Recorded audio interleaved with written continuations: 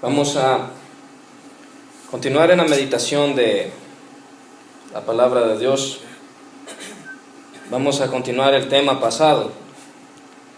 Así de que el tema de esta meditación es Todo te servirá para bien, parte 2. La vez pasada estábamos analizando el versículo de Romanos 8:28, en el que decía la palabra de Dios de que a los que aman a Dios, todas las cosas les ayudan para bien. Esto es a los que conforme a su propósito son llamados. Y analizamos la vida de uno de los personajes de la Biblia. Analizamos la vida de Job y cómo la situación de él al final resultó ser una prueba, y al final resultó que lo que vino después fue como dice ese versículo, Romanos 8:28, que al final le ayudó para bien.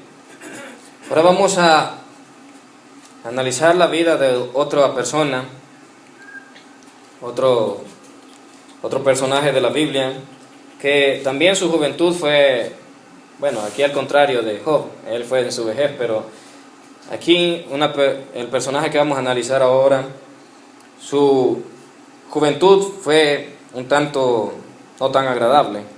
Hubo bastante sufrimiento, pero vamos a ir analizando cómo el propósito de Dios se iba cumpliendo a través de todas esas cosas que podíamos llamarlas malas y no pudiéramos ver todo lo que sucedió. Al ver todo lo que sucede es que vamos a llegar a la conclusión de que Dios tenía el control desde el principio. Entonces, primero vamos a leer. Les dije que íbamos a empezar por Génesis 37, pero vamos a iniciar con Génesis 45:5. Vamos a iniciar con el momento en el que esta persona entendió que todo lo que le había acontecido era un plan de Dios. Con eso vamos a iniciar, ya después de que esta persona misma lo entiende, ya al final de todo esto, vamos a analizar qué es lo que pasó. Génesis 45:5, lo leemos en el nombre del Padre, del Hijo y de su Santo Espíritu. Ahora pues, no os entristezcáis, ni os pese haberme vendido acá, porque para preservación de vida me envió Dios delante de vosotros. Inclinemos nuestros rostros. Buen Dios y Padre Celestial, gracias porque tu palabra está aquí, Señor, para ser nuestra fortaleza, para ayudarnos, Señor, y gracias porque tú nos has permitido, Señor, entenderla, y queremos, Señor, que lo que aprendamos, Señor, en esta noche, lo guardemos, Señor, en nuestros corazones y en nuestra mente, Señor, para la práctica, para creer, Señor, y entender de que nada se sale de tu control, Señor, de que todas las cosas, Señor, a los que te aman, a los que conforme a tu propósito son llamados, Señor, todas las cosas les ayudan para bien, y que tú tienes el control, Señor, de nuestras vidas. Te agradecemos por estas palabras, Señor, y te pedimos que seas tú instruyéndonos y enseñándonos en esta noche. En el nombre de Cristo Jesús oramos, amén y amén. ¿Quién sabe ya de qué personaje vamos a hablar? ¿Quién sabe ya de qué personaje vamos a hablar? Bueno, de quien vamos a hablar ahora es de José. Y el objetivo de esta meditación es alentar con las palabras y promesas de Dios a cada uno de nosotros, pues incluso nuestras adversidades nos servirán para bien. Ya en la vez pasada, en el culto pasado, estábamos analizando el versículo de Romanos 8:28 y ya tenemos por entendido las condiciones para que todas las cosas nos ayuden para bien, incluso las que nosotros le llamamos malas, incluso las que nosotros consideramos que solamente son destrucción. Ya nosotros ya vimos esas condiciones, eso ya no lo vamos a volver a explicar.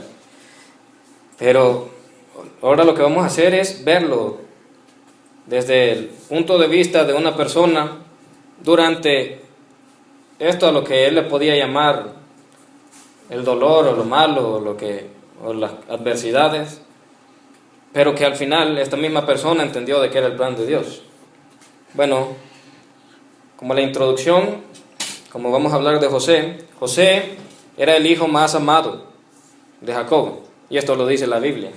No es por decir de que uno lo deduce. No, esto no hay ni que deducirlo, porque la misma Biblia lo dice. Dice en Génesis 37:7 de que él amaba. No, en Génesis 37:3 dice de que Jacob amaba a José más que a todos sus hijos porque lo había tenido en su vejez, y le hizo una túnica de diversos colores. Ahí está. No, que aquí diga de que Jacob tenía un hijo favorito no significa de que eso sea lo correcto. La Biblia plantea todas las cosas, incluso los errores de las personas. Y aquí nosotros ya vemos el favoritismo de Jacob, pero eso es lo que él era. José era el hijo favorito de Jacob. Y era un muchacho que en su juventud, como lo veníamos diciendo, sufrió. Y si nosotros analizamos sus circunstancias, nada de eso fue por algo malo que él hubiese hecho. Porque nosotros tenemos entendido de que Dios es un Dios justo y que manda juicios, y que es un Dios que al que hace lo malo, Él tiene que responder con justicia. Pero todas estas cosas que vamos a ver que a José le pasaron, vamos a analizar y a ver de que él no podemos decir de que es por algo malo que él haya hecho, porque de hecho era un joven, y en lo poco que se habla de José mientras estuvo con su padre, no habla de nada malo que él haya hecho.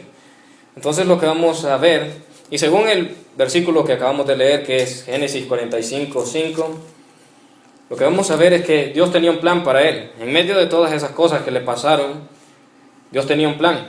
Y el mismo José lo dice en Génesis 45:5, de que Dios tenía un plan. Aunque tal vez él no lo entendió al principio, pero de que así fue, así fue.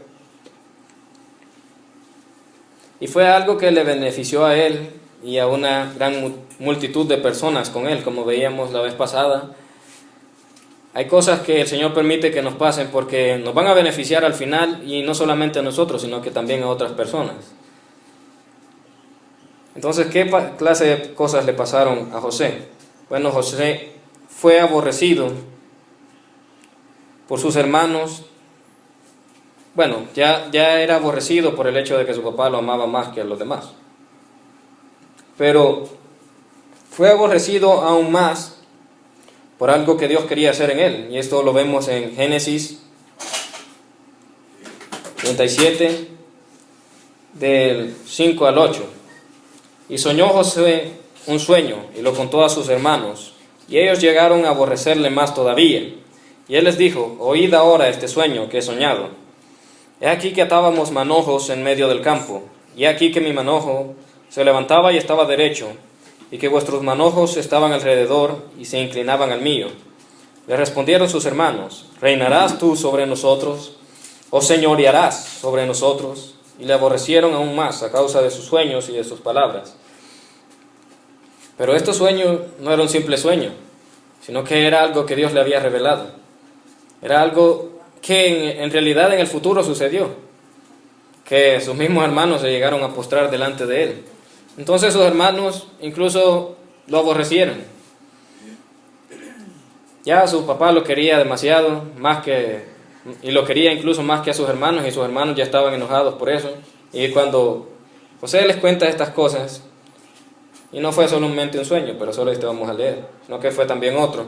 Cuando José les cuenta estas cosas, sus hermanos obviamente se enojaron porque todos eran mayores que él.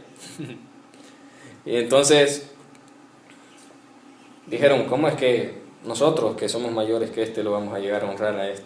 Entonces se enojaron obviamente. Pero le llegó a caer más mal todavía de lo que ya les caía, pero fue por algo que Dios quería hacer en la vida de él. Incluso esto Dios lo usó para bien. Ya vamos a ver cómo es que Dios iba obrando. Fue vendido y separado de su familia. Génesis 37, del 23 al 24, podemos ver que sucedió pues que cuando llegó José a sus hermanos, ellos quitaron a José su túnica, la túnica de colores que tenía sobre sí, y le tomaron y le echaron en la cisterna. Pero la cisterna estaba vacía, no había en ella agua. Y lo gracioso es de que si leyéramos toda la historia de José, incluso lo querían matar, no es que solamente lo querían tirar en una cisterna. Y de seguro si no hubieran llegado después ahí los ismaelitas, de seguro ahí lo hubieran dejado, o quizás sí lo hubieran matado, porque en ellos no estaban los planes al inicio en venderlo, pero después lo hicieron. Y Génesis 37 del 26 al 28 dice: entonces Judá dijo a sus hermanos: ¿qué provecho hay en que matemos a nuestro hermano y encubramos su muerte? Venid y vendámosle a los ismaelitas, y no sea nuestra mano sobre él, porque él es nuestro hermano, nuestra propia carne, y sus hermanos convinieron con él. Y cuando pasaban los madianitas mercaderes, sacaron ellos a José de la cisterna, le trajeron arriba y le vendieron a los ismaelitas por 20 piezas de plata, y llevaron a José a Egipto. Bueno, en realidad, si nosotros analizamos lo que dice aquí, en realidad todavía tenían las ganas de matarlo. Mi hermano, uno de todos, era el que se había opuesto a que lo mataran. Entonces lo aventaron a la cisterna, pero como aquí vemos, todavía tenían ellos la intención de matarlo. Pero al final no lo hicieron, sino que lo vendieron y fue separado de su familia. Y tan solamente era un joven.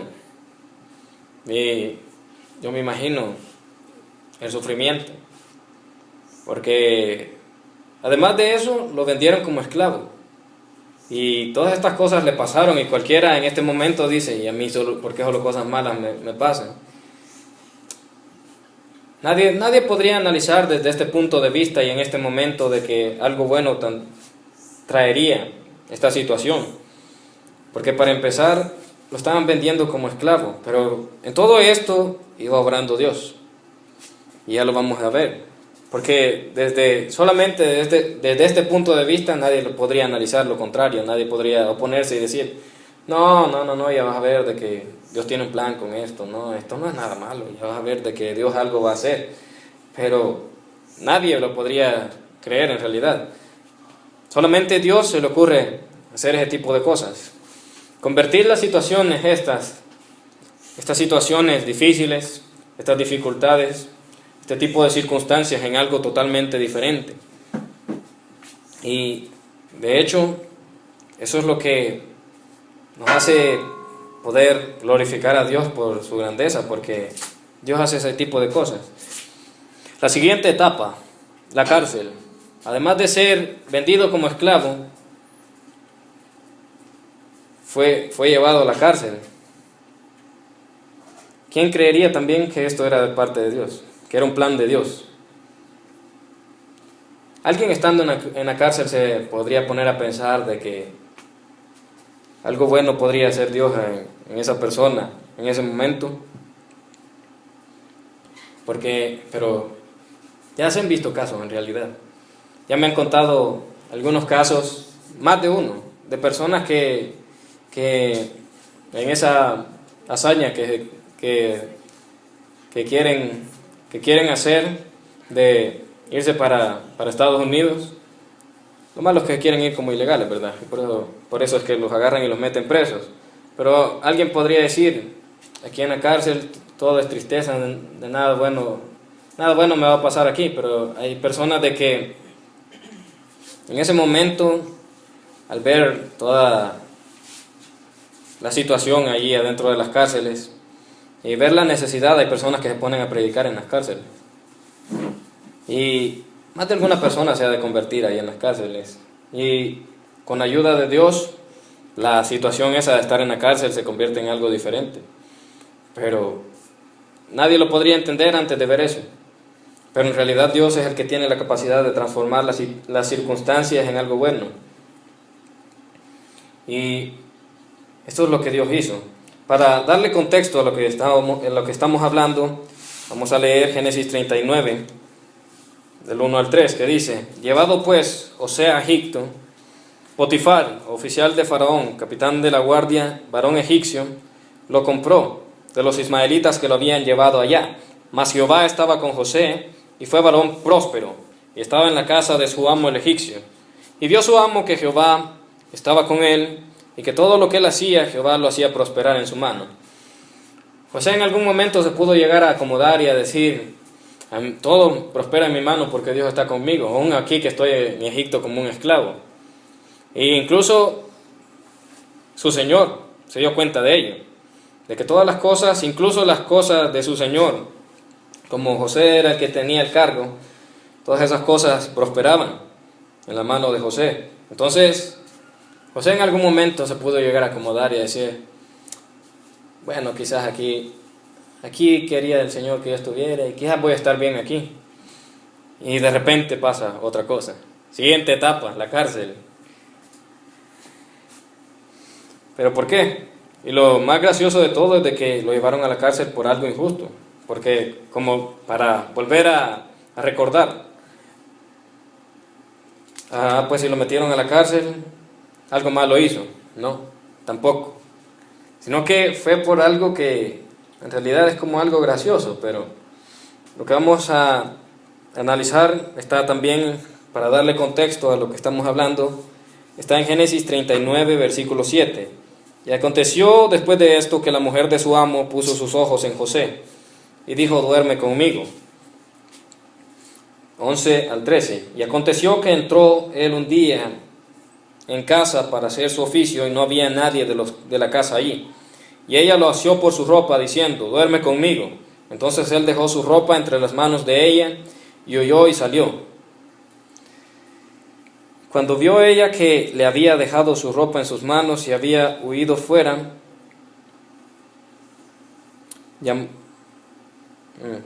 leí uno de más, pero sí, está bien. Dice en el 14: llamó a los de la casa y les habló diciendo: mirad, no nos ha traído un hebreo para que hiciese burla de nosotros. Vino él a mí para dormir conmigo, y yo di grandes voces. La mujer era la que quería con él, y después lo estaba diciendo que él era el malacat. Como nosotros vemos, este hombre quería andar rectamente delante de Dios. Cualquier otro, yo me imagino que algún otro esclavo, al menos que fuera algún eunuco, hubiera dicho que sí. Pero este hombre no, este hombre era un hombre recto. Entonces no podemos decir: este hombre, todas las cosas malas que le pasaron es porque era malo, porque él era un hombre malo, un hombre desobediente a Dios, un hombre que no honraba a Dios. No, como vemos, ni siquiera quiso dormir con la mujer de Faraón. Dejemos de lado el hecho de que si era bonita o no.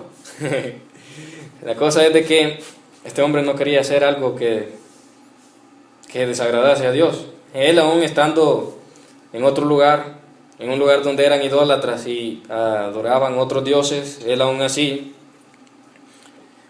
él siempre pensaba en Dios y siempre pensaba en hacer lo que a él le agradaba. Entonces, él ni siquiera tocó a la mujer de Faraón para que lo llevaran a la cárcel. Sino que, y cualquiera podría decir: ¿y por qué a la mujer se le ocurrió decirle a su marido de que José quería dormir con ella, si ella era la que lo quería hacer? Y lo más conveniente es que nadie se diera cuenta. No, pero como esto era parte del plan de Dios, por eso es que sucedió. Leamos versículo 19 al 21. Y sucedió que cuando oyó el amo de José las palabras que su mujer le hablaba diciendo, o sea, le fue a decir a su marido: así me ha tratado tu siervo, se encendió su furor. Y cómo no, en antes no lo mató, pero también yo me imagino de que lo primero que se les ocurría a las personas en ese momento, más a personas con poder como Potifar, era matar a las personas. Yo me imagino de que si algún otro lo hizo, o con algún otro lo hizo la señora esa, lo mandó a matar. Pero con José no fue así, por el hecho de que Dios lo estaba guardando, aún en medio de todo eso. Y tomó su amo José y lo puso en la cárcel, donde estaban los presos del rey, y estuvo allí en la cárcel. Pero Jehová estaba con José y le extendió su misericordia y le dio gracia en los ojos del jefe de la cárcel. Aún en la cárcel, sucedió esto, de que aún en la cárcel le estaba yendo bien. Imagínense. No solamente en la casa de Potifar, sino que aún en la cárcel Dios le dio gracia con el jefe de la cárcel. Y Dios le extendió su misericordia. Pero parte de esta etapa, en la que parte del plan de Dios era estar en el lugar indicado, en el momento indicado, con las personas indicadas. Porque no fue a parar a la cárcel de por gusto. Por algo fue. Para que estuviera en el plan de Dios, algo tenía que suceder ahí en la cárcel. Y fue precisamente lo que dice en el capítulo 40, que el capítulo 40 es el de la interpretación de los sueños del jefe de los coperos y el de los panaderos de Faraón. Cuando José interpretó el sueño del copero, que sería devuelto a su puesto, le dijo de que le hablase a Faraón de él. Entonces, eso es lo que les estaba diciendo. Estar en el lugar indicado, en el momento indicado, con las personas indicadas. Entonces, precisamente eso es lo que pasó. Faraón liberó al jefe de los coperos y se llevó a algún otro momento, otra etapa del plan. Que esta etapa se llama Tu momento ha llegado. Faraón tuvo un sueño acerca del futuro, un sueño que Dios le dio, que nadie lo podía interpretar, imagínense. Y tampoco el sueño del copero y del panadero, ellos tampoco lo entendían, alguien lo tuvo que interpretar. Y sucedió lo mismo con Faraón. Faraón tuvo un sueño acerca del futuro que nadie podía interpretar, y el jefe de los coperos conocía a José. José, que le había interpretado su sueño. Entonces, ¿qué sucedió? Él había estado con las personas indicadas en el momento indicado y Dios le dio a José la interpretación. Que si vemos en el capítulo 41, versículo del 15 al 21, dice de la siguiente manera: y dijo Faraón a José: yo he tenido un sueño y no hay quien lo interprete. Aquí ya lo habían mandado a sacar de la cárcel,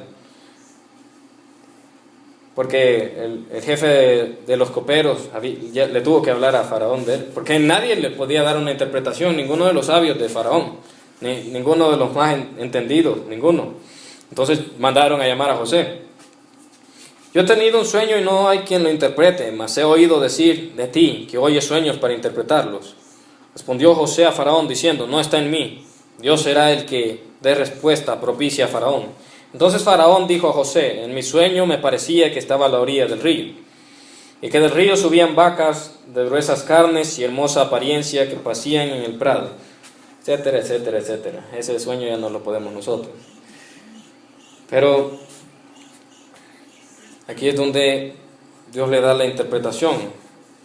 En el versículo 41-25 vemos que entonces respondió José a Faraón: el sueño de Faraón es uno mismo. Dios ha mostrado a Faraón lo que va a hacer. Dios le había mostrado el futuro a Faraón, pero no se lo había mostrado de una sola vez, como apareciéndole y diciéndole: mira, esto es lo que va a pasar, sino que José se lo tenía que interpretar. Porque sí se han dado casos, y vemos en la Biblia de que hay casos en los que Dios le habla a personas por medio de sueños y Él les habla con su propia voz, o sueñan con un ángel. Pero en este caso no. José tenía que ser el intérprete. Y 28 al 32. Esto es lo que respondo a Faraón. Lo que Dios va a hacer lo ha mostrado a Faraón. Y aquí vienen 7 años de gran abundancia en toda la tierra de Egipto. Y tras ellos seguirán 7 años de hambre, y toda la abundancia será olvidada en la tierra de Egipto. Y el hambre consumirá la tierra. Y aquella abundancia no se echará de ver a causa del hambre siguiente, la cual será gravísima. Y el suceder el sueño a Faraón 2 veces significa que la cosa es firme de parte de Dios, y que Dios se apresura a hacerla. Además de eso, nosotros vamos a ver y analicemos, bueno, vamos a ver el hecho de que además de no solamente José le vino a dar la interpretación a Faraón, sino que Faraón se dio cuenta de que nadie más, de todos los sabios que él tenía en Egipto, le pudo dar la interpretación. Se dio cuenta de que había un obrar del Dios Todopoderoso en él. Entonces, Faraón, en este momento, pónganse en los zapatos de Faraón. ¿Qué es lo que se imaginó Faraón cuando le dijeron esto? Porque él estaba grandemente afligido sobre esta situación, sobre este sueño que tenía, y además de que nadie lo había podido interpretar. Y ahora que le vienen a decir la interpretación, para que Faraón se anduviera rebuscando tanto por esa interpretación, significaba de que él no dudaba de que esto era un mensaje, de que esto tenía algún significado. Entonces, pongámonos a pensar en la aflicción de Faraón, y a él no se le ocurrió nada al respecto, porque le están diciendo de que van a venir 7 años de abundancia, y después de esto van a venir otros, pero que van a opacar la abundancia que hubo en los 7 años anteriores. Entonces, Faraón ha de estar afligido ahorita. ¿Y cómo vamos a hacer entonces? Ni modo, ni modo, vamos a tener que matar unos cuantos. No. Bueno, ahí está la solución. Y para terminar de molestar, también la solución se la dio José. Dios le permitió a José esa sabiduría. Y eso está en el versículo 33 al 36. Por tanto, provéase ahora Faraón de un varón prudente y sabio, y póngalo sobre la tierra de Egipto.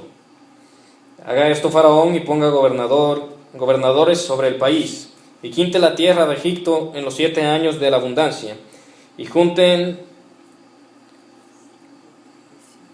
toda la provisión de estos buenos años que vienen, y recojan el trigo bajo la mano de Faraón para mantenimiento de las ciudades, y guárdenlo. Y esté aquella provisión en depósito para el país, para los 7 años de hambre que habrá en la tierra de Egipto, y el país no perecerá hambre.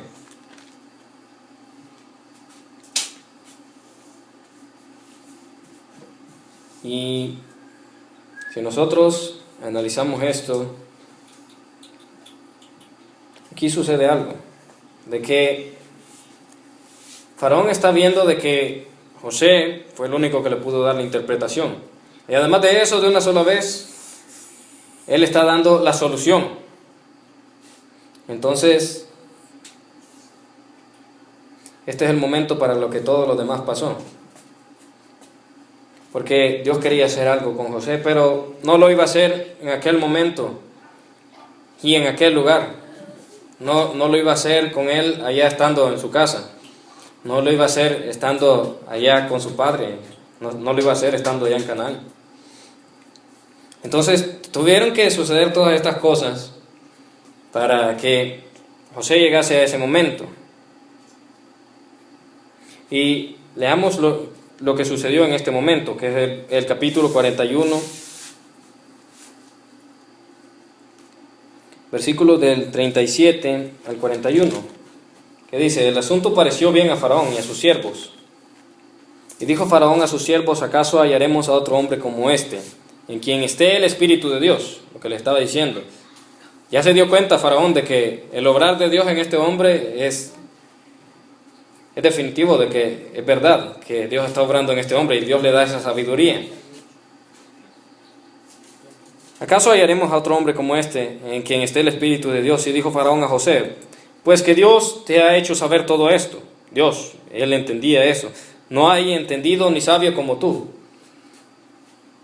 Lo que yo le estaba diciendo: tú estarás sobre mi casa, y por tu palabra se gobernará todo mi pueblo. Solamente en el trono seré yo mayor que tú. Dijo además Faraón a José: he aquí yo te he puesto sobre toda la tierra de Egipto. Por eso, esta etapa del plan se llama tu momento llegado, porque para ese momento Dios había permitido que todas esas cosas sucedieran. Esas cosas estaban en el plan de Dios para José, para un plan mayor. Y nosotros Empezamos con el versículo 5 del capítulo 45, en el que José le está diciendo a sus hermanos de que para ese momento es que Dios había permitido que todas esas cosas sucedieran. Cosas para su bien, al final. Sus hermanos lo vendieron y por odiosos porque no lo querían y se lo llevaron para Egipto. Y al final, en este momento en el que está José, para este momento que fue todo ese problema anterior, en este momento incluso él va a ser la solución para sus hermanos en algún momento.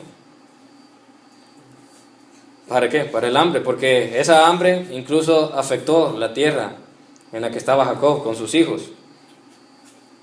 Porque llegó el momento en el que ellos se reencontraron y en ese tiempo de hambre ellos también fueron beneficiados por lo que Dios había hecho con José. Vamos a analizar ese plan más detalladamente. Sus hermanos, imagínese y póngase a pensar usted como que usted estuviera oyendo el plan de Dios, que usted estuviera en el cielo y lo estuviera oyendo, y dijera: Dios, ahorita vamos a ver, este Jacob tiene un último hijo, y ese hijo es el que más lo quiere, ¿verdad? Entonces, se me acaba de ocurrir algo, a Dios, ¿verdad? Porque él, no lo digamos así, ¿verdad? Porque Dios todo lo sabe, Él conoce todo el futuro, pero pongámonos a pensar así, de que Dios de repente dijo: me acaba de ocurrir algo.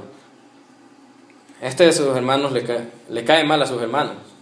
Entonces, hay que aprovechar esta situación. Porque dentro de algún tiempo va a venir una gran hambruna en la que estos, si no hay alguien que los ayude, se van a morir. Se va a morir Jacob y todas las promesas que yo les he dado se acabarían. Entonces hay que hacer algo al respecto. Entonces sus hermanos lo van a odiar aún más de lo que ya lo odian, lo van a odiar por estos sueños que yo le voy a dar. Y el día que se les ocurra deshacerse de él, el día que lo quieran matar, van a pasar los ismaelitas y se les va a ocurrir a alguien: vendámoslo, hagamos pisto con él, de todos modos nos cae mal. De repente va a ser llevado a Egipto, donde servirá a un hombre por un tiempo. Luego, por alguna razón, no sé, ya vamos a inventar, lo van a meter a la cárcel.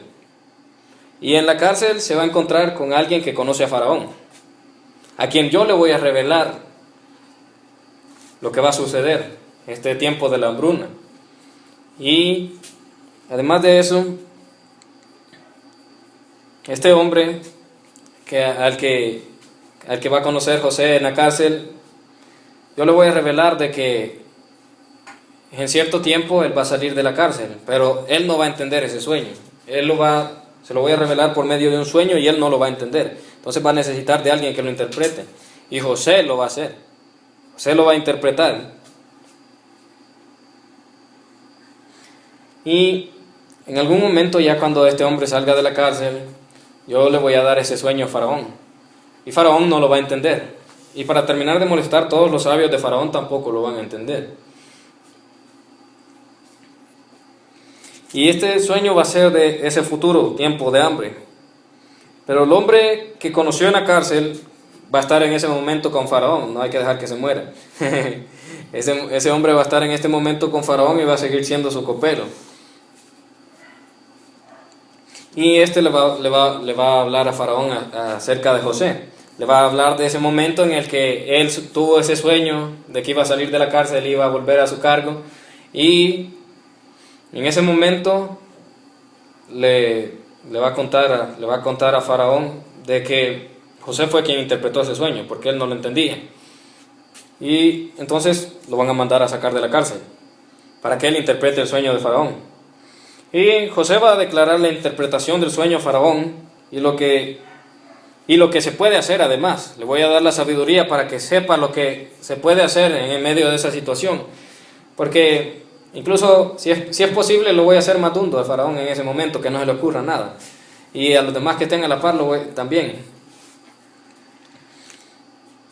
Y Faraón entonces se va a dar cuenta de que no hay nada mejor para esa tarea, la idea que le va a dar José de qué hacer en ese momento, Faraón se va a dar cuenta de que no hay nadie mejor para hacerlo que José.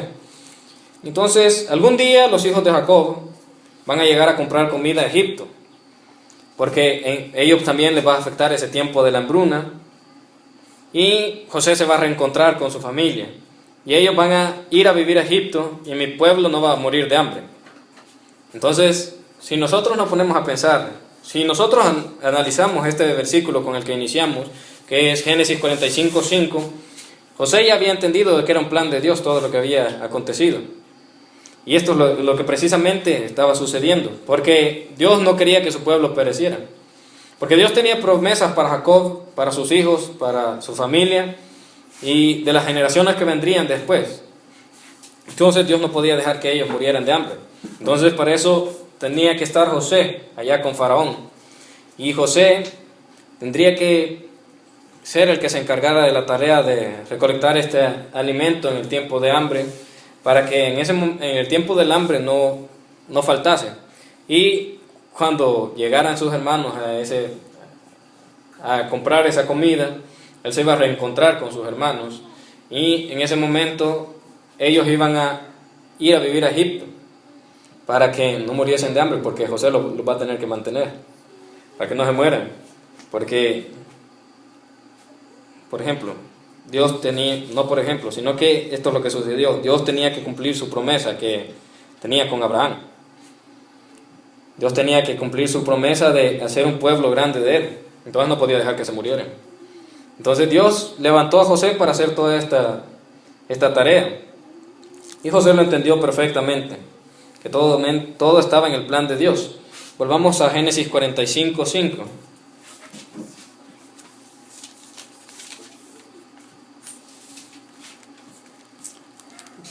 Ya con esto solamente me acuerdo de las películas en las que hacen planes para robar bancos y dicen, pero en tal parte hay un guardia, dice.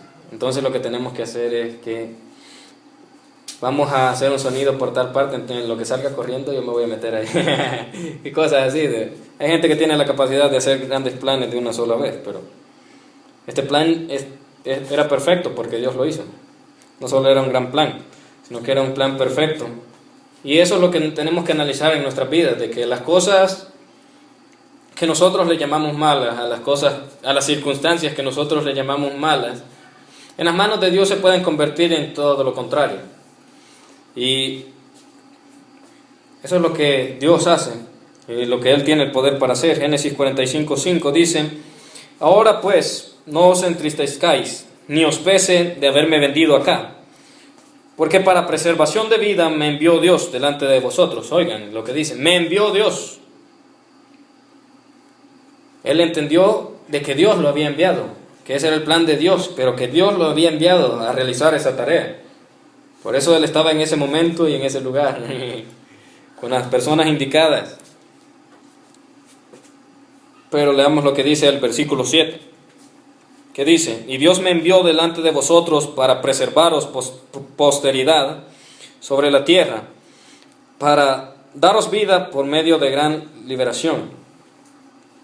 Porque estos eran los hijos de Jacob, entonces de aquí iban a descender las 12 tribus de Israel. Israel no existiera. Entonces Dios tenía todas esas cosas en su plan. Y Dios ocupó a José y podía decir, José, amigo, las cosas malas me pasan. Pero no, Dios tenía un plan. Para esto era que Dios había permitido todo esto en José, que al final le ayudó para bien, porque él incluso fue el segundo después de Faraón. Él ya no vivió mal después de eso. Y su familia tampoco. Entonces, José, al entender esto, pudo perdonar a sus hermanos, porque no hay por qué culpar a alguien más o decir que Dios es malo en las circunstancias o cosas a las que nosotros le llamamos malas. No hay por qué. Si nosotros cumplimos los requisitos de Romanos 8:28, si amamos a Dios y somos llamados conforme a su propósito, porque todas esas cosas van a servir para bien en algún momento. Nosotros, como no tenemos la mente de Dios y no estamos viendo todo el paisaje, por decirlo así, no estamos viendo todo lo que sucede, no estamos viendo lo que sucede en este momento, en el pasado y en el futuro, no tenemos todo el panorama. no tenemos todo el panorama del plan. Entonces por eso no lo entendemos, pero ya cuando termine lo vamos a poder entender. Ahorita solamente podemos confiar en la palabra de Dios, de que así va a ser, de que si cumplimos los requisitos, claro está. Todas las cosas al final nos van a ayudar para bien. A José, a Job le ayudaron para bien. A la familia de José les ayudó para bien. Cualquiera podía entenderlo de otra manera. Cualquiera podría decir, como decían ayer los amigos, bueno, no fue ayer, ¿verdad? Fue antier, como estudiábamos antier, de que los amigos de Job incluso decían de que porque él era pecador, era que le sucedían esas cosas. Cualquiera lo podría entender de otra manera, por no ver todo el panorama, por no tener la mente de Dios. Pero Dios sí lo entiende y Dios sí lo sabe, y por eso lo ha dejado en su palabra, para que nosotros también lo podamos entender y en medio de las circunstancias difíciles, nosotros nos aferremos a esa palabra, para que estemos fortalecidos y lleguemos al final donde veamos cuando las cosas se transformen en cosas buenas. Entonces, nada más nos queda eso, de que creerle a la palabra de Dios y pedirle de que en las circunstancias, en los momentos malos, tener la fortaleza para soportar y aguantar para llegar a ese momento, para llegar a ese momento. ¿A cuál momento? Al momento. Por eso le puse esa parte de la etapa, tu momento ha llegado, porque llega el momento en el que se muestra, se manifiesta el plan verdadero que Dios tenía en medio de toda esa adversidad. Así de que hay que creerle a la palabra de Dios y pedirle misericordia también. Inclinemos nuestro rostro. Buen Dios y Padre Celestial, es cierto, Señor, queremos creer en cada una de tus palabras, Señor, y te pedimos misericordia por el hecho de que no merecemos nada de eso, no merecemos que tú te manifiestes tan poderosamente, Señor, que tú, Señor, estés cuidando cada detalle de nuestras vidas, que tú tengas el control de ello para convertir las cosas que parecen malas, Señor, en cosas maravillosas. Sabemos, Señor, de que tú tienes el poder para hacerlo y te pedimos de que así sea. Y que en cada momento, Señor, nos des el entendimiento, Señor, para no hablar, Señor, de una manera inapropiada delante de tu presencia, para no renegar, Señor, para no dejar de creer, Señor, sabiendo, Señor, y estando todo revelado aquí en tu palabra, cuál es la manera, Señor, en la que tú vas a actuar. Déjanos creerlo, Señor, en verdad y poderlo ver. Perdónanos, Señor, por las veces que hemos desconfiado, Señor, o que hemos dudado de ti. Ya no lo queremos hacer, Señor. Lo que queremos ver es manifestado, Señor, cada una de tus promesas. Y lo que queremos también hacer es, Señor, no apartarnos, Señor, de esos requisitos, Señor. No queremos apartarnos, Señor, de tus planes. No queremos dejar, Señor, de buscarte, Señor, de corazón. Te pedimos, Señor, que en la vida de cada uno de nosotros, Señor, tú te sigas manifestando. Por tu gracia, Señor, por tu amor. Te pedimos, Señor, por todas las circunstancias que puedan acontecer, Señor, en nuestras vidas. Que podamos aferrarnos, Señor, a ti, podamos rendirnos, Señor, delante de tu presencia y solamente esperar, Señor. Por más difícil que sea, solamente esperar y creer y aferrarnos, Señor, a ti para que surjan esas fuerzas, Señor, que solamente tú das. Podamos, Señor, en medio de cualquier situación, Señor, no cansarnos, permanecer fuertes, que seas tú, y solamente tú, ese eterno Dios que nos dé las fuerzas, Señor, de donde no las hay, que seas tú quien nos sostenga, Señor, que esas fuerzas vengan en nuestras vidas, Señor. Te pedimos, Señor, por esta situación, Señor, actual, Señor, mundial. Te pedimos, Señor, porque las personas de este mundo, Señor, entiendan de que te necesitan, que ya no sigan pensando, Señor, de que hay otras alternativas, Señor, porque nosotros vemos a través de tu palabra que las cosas no van a mejorar, Señor. Nosotros vemos también de que las cosas, Señor, aún hay más cosas por venir que las que vemos. Y solamente se van a convertir o las vamos a ver de una manera buena, Señor, si estamos en ti, Señor, si cumplimos el requisito de ser llamados conforme a tu propósito, si te amamos a ti, para nosotros eso será bueno, Señor, pero de otra manera no. Entonces nosotros te pedimos de que los que no entren en tus promesas, Señor, los que no entren, Señor, en todas estas cosas, Señor, que tú has prometido, Señor, de cuidarnos en medio de cualquier situación, de ser tú, Señor, nuestro socorro.